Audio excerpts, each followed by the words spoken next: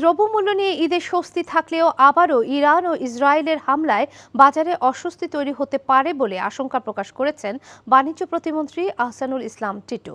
সকালে সচিবালয়ের ছুটি শেষে শুভেচ্ছা বিনিময়কালে তিনি একথাও জানান। বলেন, আন্তর্জাতিক ঘটনা প্রবাহের প্রভাব সব জায়গায় পড়বে, তবে বাজারে এর প্রভাব না আসে তা মোকাবেলা করাই মূল চ্যালেঞ্জ।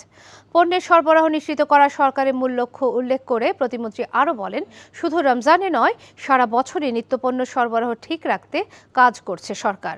এদিকে যোগাযোগ ব্যবস্থার উন্নতির কারণে মানুষ এবার স্বস্তিতে বাড়ি গেছে এবং ফিরছে বলে জানান বস্ত্র ও পাটমন্ত্রী জাহাঙ্গীর কবির নানক।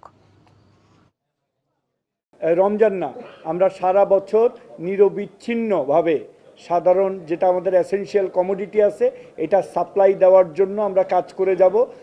আমদানি রপ্তানি বাণিজ্য এবং সেই সাথে আমাদের লোকাল যে ইয়েগুলি সাপ্লাই চেনগুলি আছে এগুলাকে আরও শক্তিশালী করব। আমাদের রমজানটা ব্যাপক চ্যালেঞ্জ ছিল, বিকজ সব কিছুর কনজামশন ডাবল বা 3 গুণ বেড়ে যায় রমজানে। সো এই জন্য আমাদের জন্য এটা বড় চ্যালেঞ্জ ছিল, এটা আমাদের একটা বড় অভিজ্ঞতা।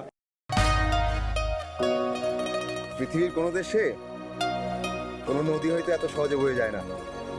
বুঝিয়ে দাও। রাধুনী নিবেদিত নাটক বনু ফুল ও ভাঙা ফুলদানি।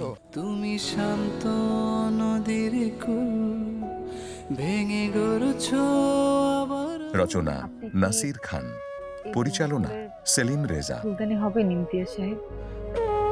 আমি তো একটা ভাঙা ফুলদানি।